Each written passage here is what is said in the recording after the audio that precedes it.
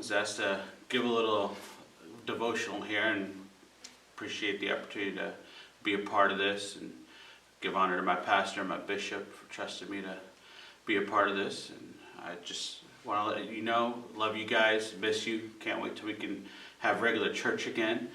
So when I was asked to do this, I began praying and thinking about it, and I have a thought that kept running through my mind, and I just feel to kind of encourage the church and challenge you guys during this time. I'm going to start out in Matthew 5:13. I'm going to go through verse 16. It says, "Ye are the salt of the earth, but if the salt hath lost his savour, wherewith shall it be salted? It is henceforth good for nothing, but to be cast out and to be trodden under the foot of men. Ye are the light of the world. A city that is set on a hill that cannot be hid. Neither do men light a candle and put it under a bushel, but on a candlestick, and it giveth light unto all that are in the house. Let your light so shine before men, that they may see your good works and glorify your Father which is in heaven." And I just have a simple thought on let it shine. Let it shine. Right now, in the world we live in, we have a lot of people that are feeling like it's a dark time because they don't have the hope that we have. They don't have the light and the joy of God that we have. And I want to encourage and challenge anyone here today, find a way to let that light shine. With social distancing and things like that, it's not as easy to always meet face to face, but today's time and day and age, we have a lot of technology available. We have FaceTime, we have Facebook video, we have all kinds of means to do a face-to-face through a video if need be. But the phones always work. You can always pick up a phone call and just call somebody, check in on them. And I want to encourage you, whoever you've been thinking about, whoever has been on your heart to talk to or reach out to, go ahead and reach out to them during this time.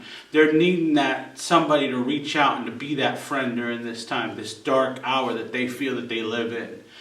And I've been thinking, it's not always going to be easy and comfortable. 1 Corinthians 9 and 19, Paul is talking here that, he had to adapt to his surroundings and every situation he was in. It says, "For though I be free from all men, yet have I made myself servant to all, that I may gain the more.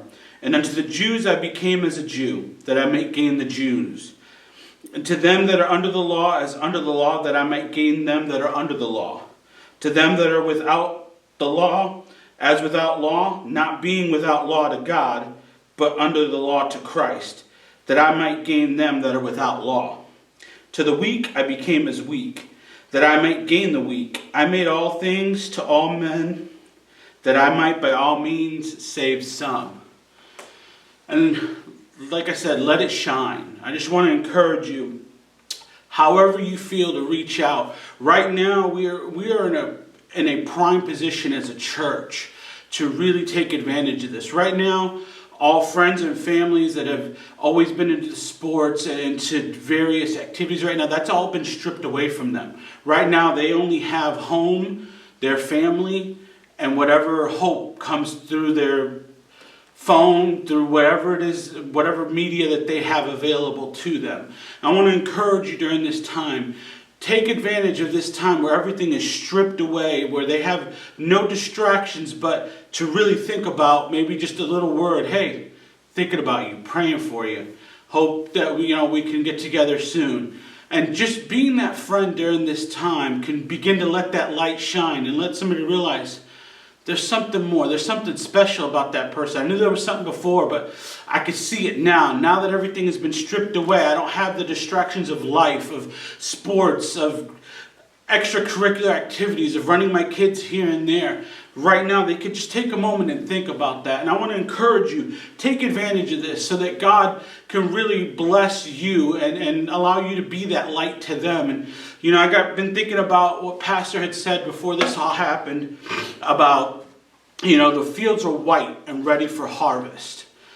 And I believe right now we are in a prime position to be able to plant that seed so we can have that harvest. I got thinking about, so many times I even myself always many times feel inadequate.